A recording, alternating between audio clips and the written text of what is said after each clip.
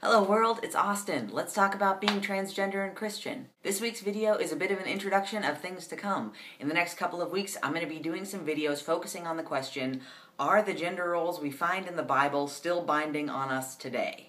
Spoiler alert, the answer is almost definitely yes and no. But let's unpack this a little bit first.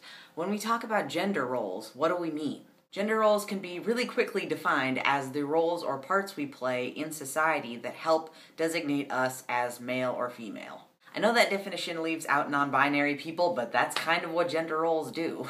Gender roles are kind of like characters in a play. Even though we like to sort of put people in boxes and say that's the hero and that's the bad guy and that's the wizard, nobody sticks in one box, in one gender role all the time. Some stereotypical male gender roles include things like father, provider, and husband, and some stereotypical female ones include mother, caregiver, and wife. We tailor the way that we dress and act and interact with each other to either fit in or get out of these gender roles, and while some people find them really helpful in understanding their own identity, other people find them really suffocating and unhelpful.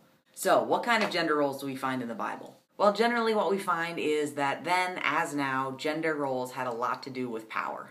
In the Old Testament, men had much more power than women, and actually the word for husband is directly related to the word for master in biblical Hebrew, so there's that. Women in ancient Israelite society had fewer rights than men, and because they were involved with menstruation and childbirth, which were seen as ritually unclean, they were sometimes considered a danger to people that were trying to stay ritually pure.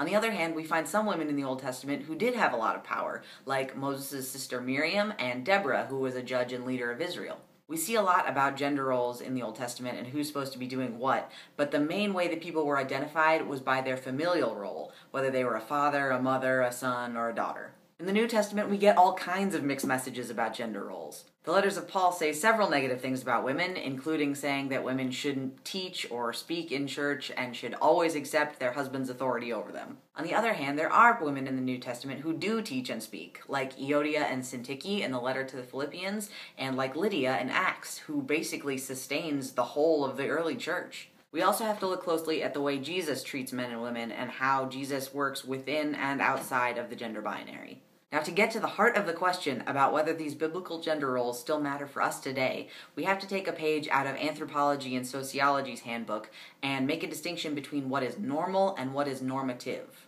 When something is normal, it just means that it's common for that time or place. For instance, it is normal for people of all genders to wear jeans in casual environments.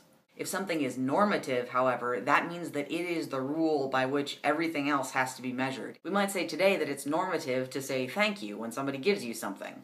It's not a law, we're not going to be thrown in jail if we don't do it, but it's a social contract that we all are taught and understand. In short, something that is normal is descriptive of a current situation. Something that is normative is prescriptive of what we should do in a certain situation.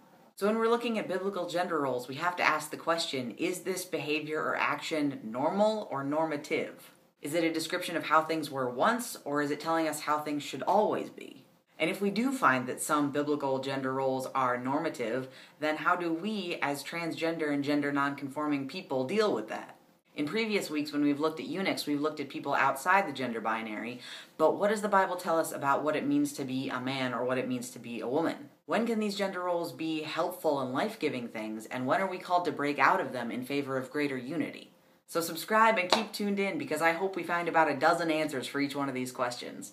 Please let me know in the comments below if there's a specific biblical passage that you would like to see discussed that has to do with gender roles, and we will see you back here next week. Peace, everybody.